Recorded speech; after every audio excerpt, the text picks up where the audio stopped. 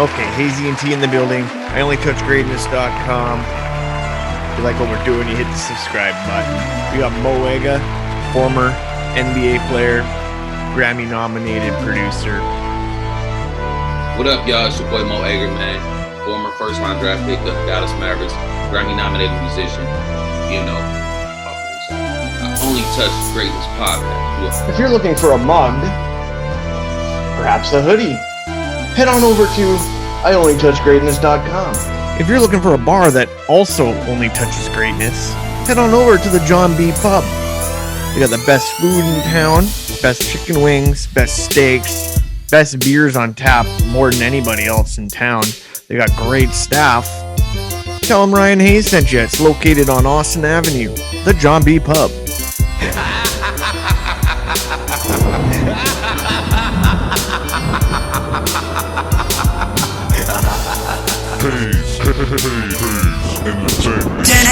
The number one sports podcast in Vancouver with Ryan Hayes and Big Mike.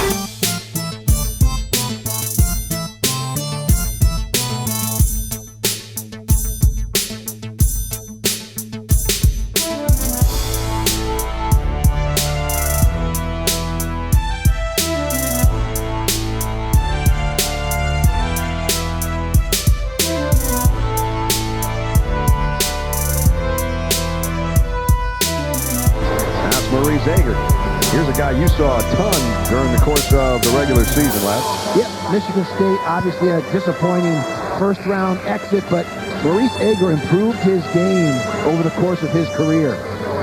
Ager 6'5", spins and got it!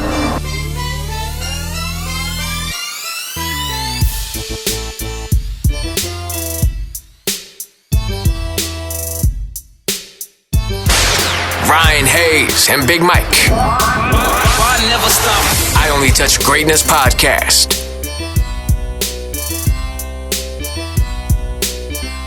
This is I Only Touch Greatness podcast with Ryan Hayes and Big Mike. We are going live. Hey buddy, how you doing? Good, bro. Waking up. Yeah, what time is it over there? 11:03. Okay. Yeah, so I guess my times are off. You're are taking over the podcast scene in Vancouver. Get down or lay down. Oh, my times are off. Yeah. It's all good. You're over in Vietnam, right? Yes, sir. Yeah. How's what's life like over there? I've never been, so I hear it's awesome. Man, it's different, you know what I mean? Some things are the same, but it's different, man. You know, people approach life a little bit different over here, man. Good people, man. You know what I'm saying? Like, real, it's just, traditionally strong place, man. You know, people here, they're really prideful and, they're really kind to foreigners and stuff like that. So it's cool, man. I got a pretty good life over here, man. You know, weather's nice. Food is banging. You know, good women. You know what I'm saying? How long have you been over there now? I've been in Asia since 2017, and I've been here since 2018. Oh, okay. Okay. So born in Detroit, what was childhood like growing up for you? Childhood was fun, man. I had a good childhood, man. Like, you don't necessarily know where you at until you travel and go other places. Like, meaning that I didn't know Detroit was the ghetto until I went somewhere nice. Like I'm like, oh snap. But Detroit was fun, man. We had a lot of good fun with some good friends, man. Just trying to discover yourself and the people, man. The people in Detroit, man. Just really good people, soulful people. It's a lot of tradition as far as the music and stuff like that. So yeah. Growing up there, around that time is, we kind of, still had the Motown vibe, you know what I'm saying? People were still really appreciative of that era, you know what I'm saying? Yeah. And do you play any other sports other than basketball growing up, or? Yeah. I play pretty much every sport around the neighborhood, but, as far as organized, basketball is the only sport I've played. Okay. What made you choose Michigan State at the time? I just think, it was kind of like, one of those things, they were blowing up, you know what I mean? They, won a national championship around the same time, when they started recruiting me, they won a national championship. They had some of the best players in the, not in the country, but, in statewide. I was actually going to the school, a lot of the guards was going to the NBA at that time, Tom Izzo was, he really convinced my mom. More importantly, he convinced my mom more than he convinced me, because I actually was committed to go to Missouri, and I opted out, and then I ended up, changing my mind to go to Michigan State. Probably because of my mom. It was something my mom wanted. She wanted to stay close, and it was, Michigan State at the time was really, starting to really go to the next level. And I wanted to be a part of that too as well.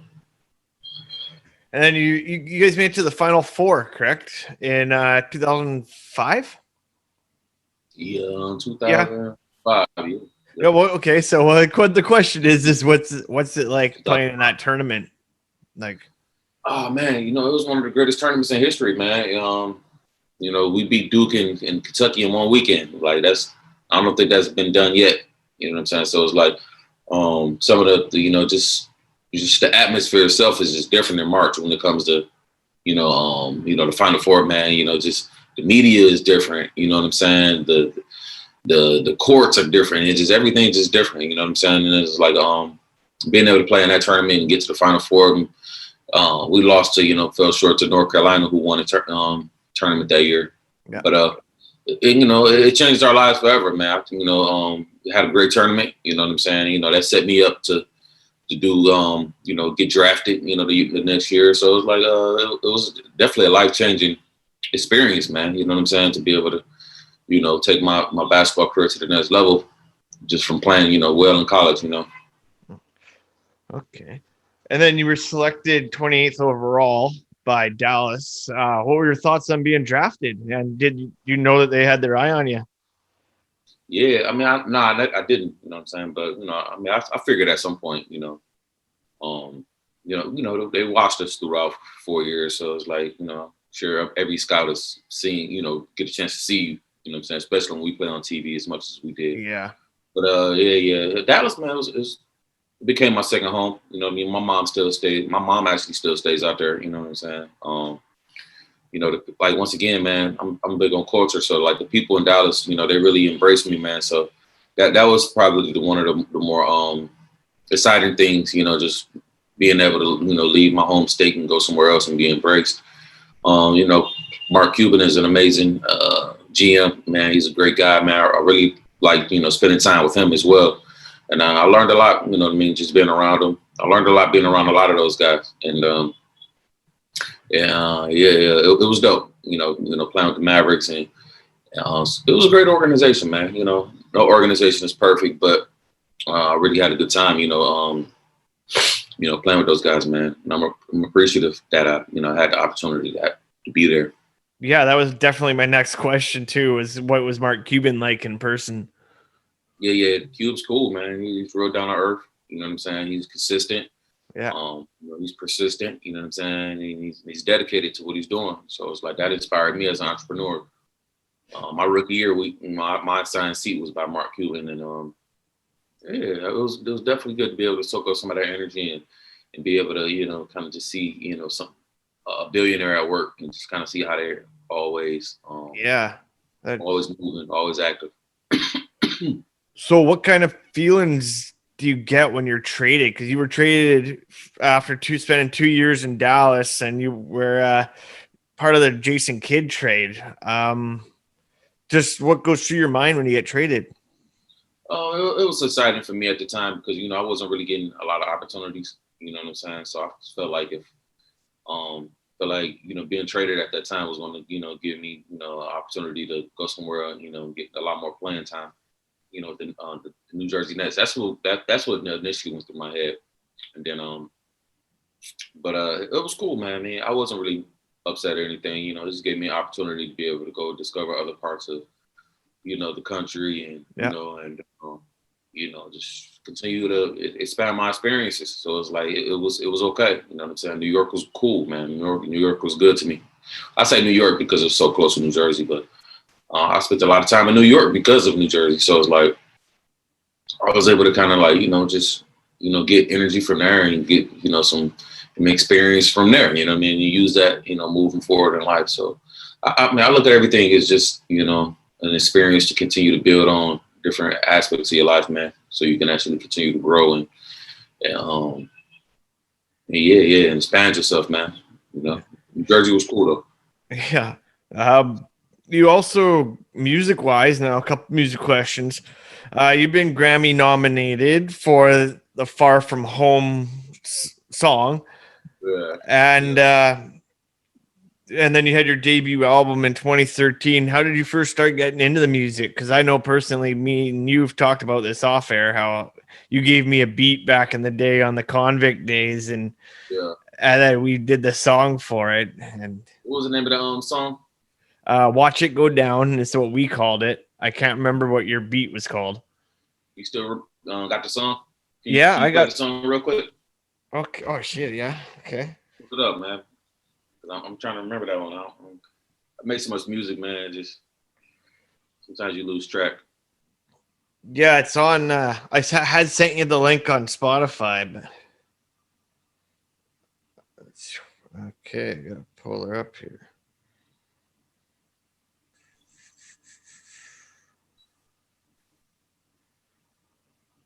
Holy fuck.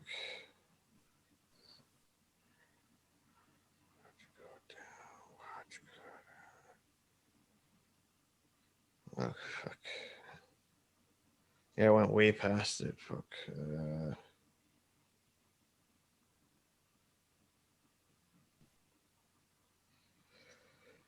Because I remember it was right around I had one with DTech too, because DTech was who put me on.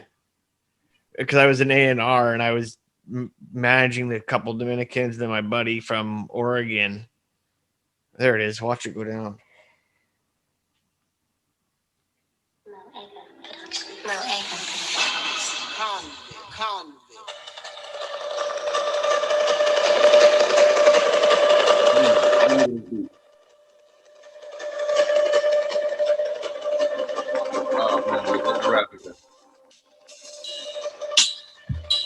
Yeah. Damn. Remember this? When you see the name, then you know it's a show. Just put it in and go.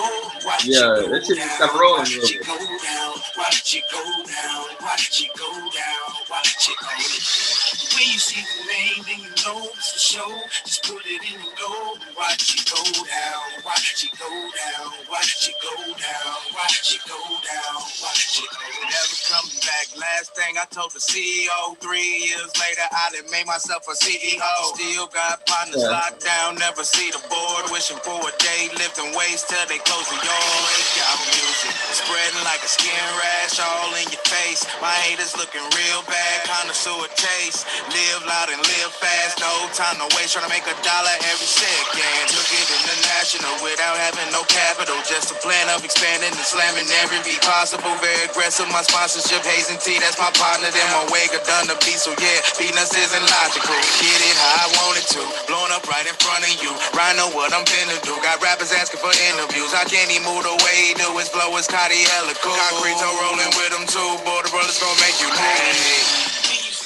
Well, let's play a 60. You gotta send me the MP3 for that, bro. What's that? Gotta send me the MP3 for that. Yeah. Yeah, I got all that stuff on my memory sticks too. So It's kind of hard. Look, yeah. So How basically, did it do anything out there? Like, I just put it on a mixtape and we ran it through the Oregons. I mean, Dub CNN ran a couple articles on it. Hot New Hip Hop had it, but okay. Damn, I didn't even know that. yeah, and it was around the time, like I said, it was DTech, that middleman me to you, back in the day, or Quest. Yeah. So the question back then, or my question for you was how'd you get into doing music? Man, I've been doing music since I was maybe 4 or 5, bro. So it's like my mom was a musician, dad. So I was always around, just making music, bro. Like my mom give me keyboards and stuff like that. I was like 5, bro. Like it wasn't. I was doing that way before basketball. Basketball was later. You know what I'm saying? So I would say definitely my mom is the one who kind of got me into the music for sure. Okay. What was your favorite song that you've ever produced or been a part of? Because you've worked with a few other people like Royce and Lazy Bone. Yeah, I'm actually releasing some new stuff with Royce. So it's like, I don't know, that might end up being one of my favorites. I'm releasing a new song with E40 the next couple weeks, and a new song with Royce. So we're trying to figure that out. Fuck, that's awesome. Royce is sweet, man. He's got one of the best skill wise. He's up there in the top few. And I love Slaughterhouse because I'm a big Crooked Eye fan. So I love. Yeah, and I love Slaughterhouse. I could do without Joe Budden, but I mean, Joe retired, so it's like I don't even think. Damn, Joe's really retired, bro. Like he one of the few rappers who like really retired, like just did never ever make any more music, bro. So then, if you got new songs, then you're still doing a lot of music. Yeah, got a lot of music coming out. A lot of music. I dropped a couple months ago. I dropped a tape. Maybe 35 songs. Two tapes actually. One called Plays and the other one called Lost Treasures. I'm about to send it to you right now. That's right. Yeah, it's on my Instagram. Yeah. Oh, you sent it on Instagram? Yeah. Okay. You want me to play that now, or do you want me to? I can add it into the video later. You got it later. Yep. Okay, we'll add it in the video. Florida, we're on JT Money. A couple months, about a month or two ago, that was playing. Doing some good stuff during the Super Bowl. You said JT Money? Yeah, bro. Yeah, I remember him. Yeah, the Who Dat song. Yeah. Got a dope song out there in Florida that was doing good. Yeah. So basically, 2014, you started your basketball school. Are you still doing that? And where in the world is it taking you? Oh man, yeah. Before COVID, man, we was traveling all different countries, doing like weekend camps and stuff like that. And obviously COVID shut that down. And so recently, just been planning for the summer at this point, because even now I was doing it out here. I have a program here. You know what I'm saying? I do weekend courses, you know what I'm saying? But we've had, quite a few for us COVID cases in the past couple months. So they end up shutting school down for a while. Oh. And, so, Hoop School is on break, but it's definitely still around and doing well, man. We're just waiting for things to clear up a bit. So you've played around the world in either music or basketball. What would you say is your favorite venue you've ever played in? Favorite venue? Favorite venue? Man, I played in all of them. My favorite, I guess Madison Square Garden was cool. Yeah, that's usually the answer we get from a lot of people when you ask them what their dream venue would be. They always say Madison Square Garden. Madison Square.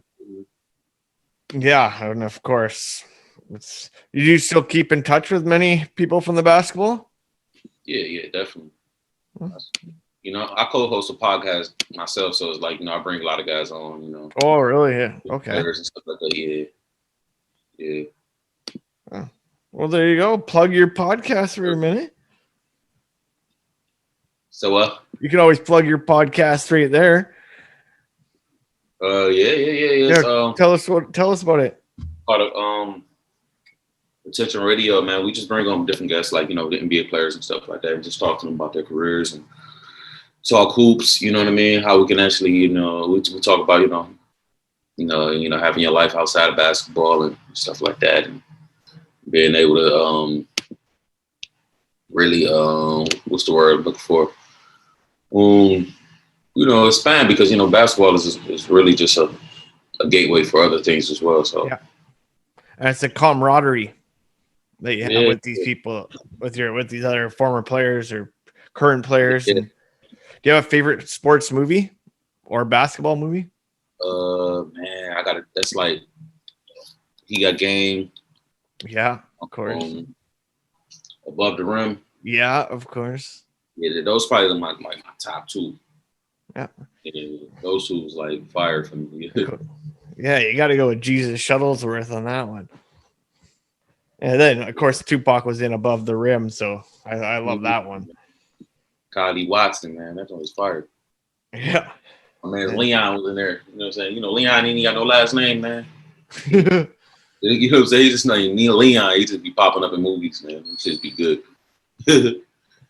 Yeah. I ain't never seen a movie with Leon that wasn't good, man.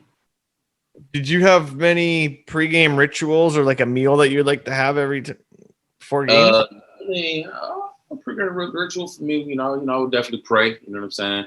I tap in and get that fire ass nap. The nap was always, one of the most important things. Yeah. Sometimes I would eat Popeyes before a game. It all depends on how I felt. You know what I'm saying? Some fish. You know what I'm saying? Yeah.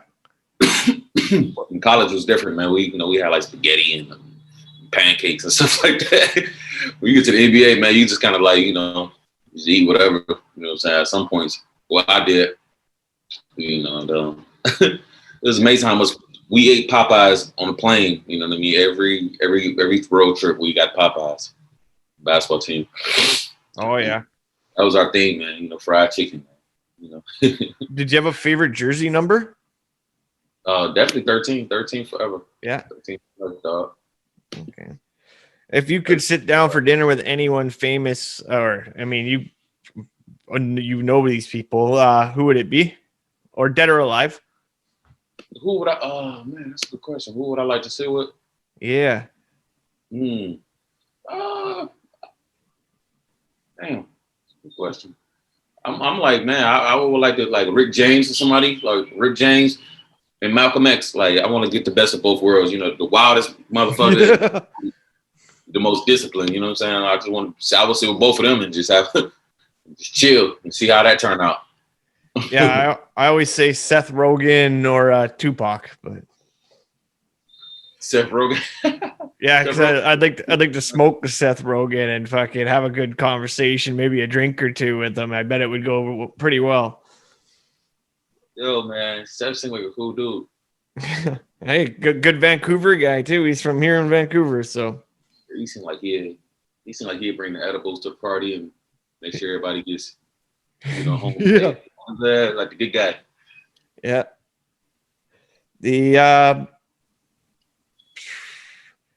If you were an animal, what would you be? I'd probably be like a panda or some shit.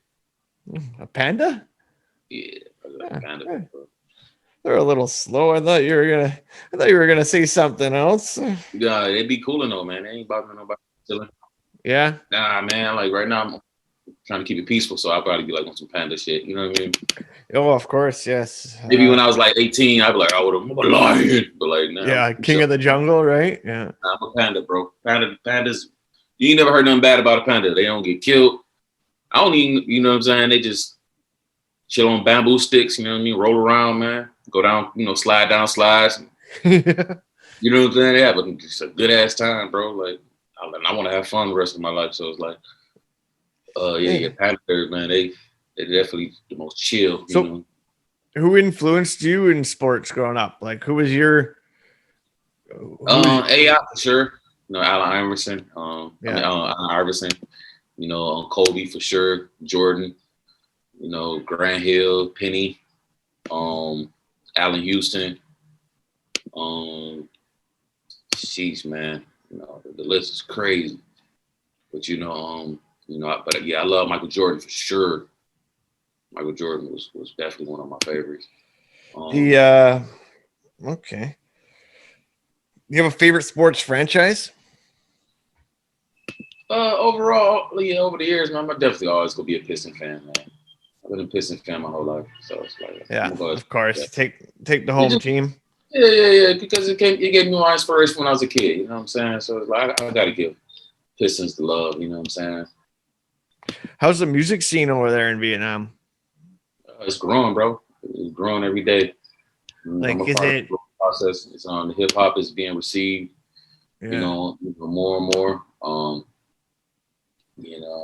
went to a place yesterday and it was kind of like they did a lot of EDM, Viet house they call it. But for the most part, man, the music scene is dope, bro. It's growing. So I'm working with the top artists out here. You know what I mean, as far as hip hop. I'm just trying to build some synergy, man. You know, get my name out there as a producer and become one of the greats, bro. Yeah. You're on the way there. I've seen it. Look at the tracks that we made. That was 2012. We had that stuff. Yeah, man. So the longer you stay at stuff, the better your quality of music gets too. So yeah. You keep as long as you stick with it, man. I know I'll continue to stick with it. A lot of people, just leave it alone if it doesn't work out. But stuck with it, and I think it's going to eventually pay off really well for me because it just is. It just has no other choice but to be successful. What do you think makes a good captain? A good captain, you got to be able to steer the ship, man. Yeah. A good captain has to be able to steer the ship, man. You dig what I'm saying? So that means that you have to be patient. It takes a lot of patience, man. Oh my gosh, you know what I mean? And even just having a lot of patience, you got to be able to properly use it. You know what I'm saying? Also, just being able to know when it's time to be selfish as a captain, bro. Like sometimes, being selfish will be the greatest thing you can do for other people because it's like if you take care of yourself, then you'll be able to, come back and lead properly. So it's like, being able to, take time to yourself and know when to say no, to know when to, just have a knowing of where you at that particular time is very important. Captain, you mean leader. So it's like, being able to, lift people up, you know what I'm saying? Even when, you might not necessarily be all the way 100%, you still got to be able to have that ability just to be a light and then an example for people. And, quite frankly, man, people like to be around individuals who are, secure in who they are and what they're trying to do. And also just clarity, you know what I'm saying? Being pretty clear on what it is you want for yourself and, and whoever else is, that's you got to be clear with yourself in order to be able to convince others to follow you. Is there anything you'd want to plug or promote here? But at this point, I'm out of questions other than a couple little quick response ones. Yeah. Go to check out my mixtape, man. I got a lot of just dope, just dope music out right now.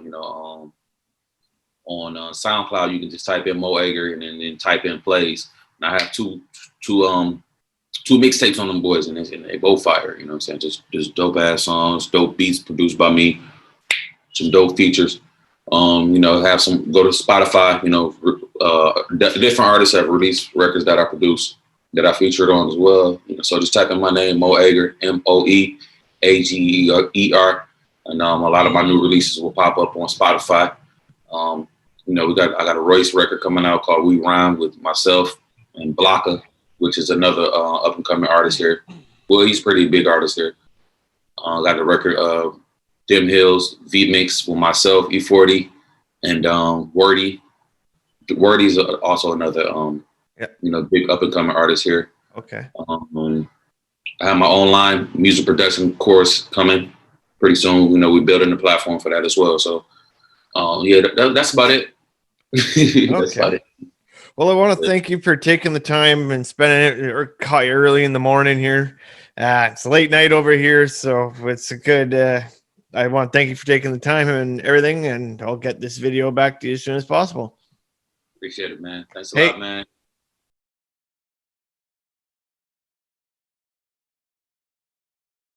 If you're looking for a place to go that has the best food in Coquitlam, the best staff in Coquitlam, the best chicken wings, the best steaks, most beers on tap, head over to Coquitlam's best bar, the John B. Pub. Tell them Ryan Hayes sent you, and my dog Tupac.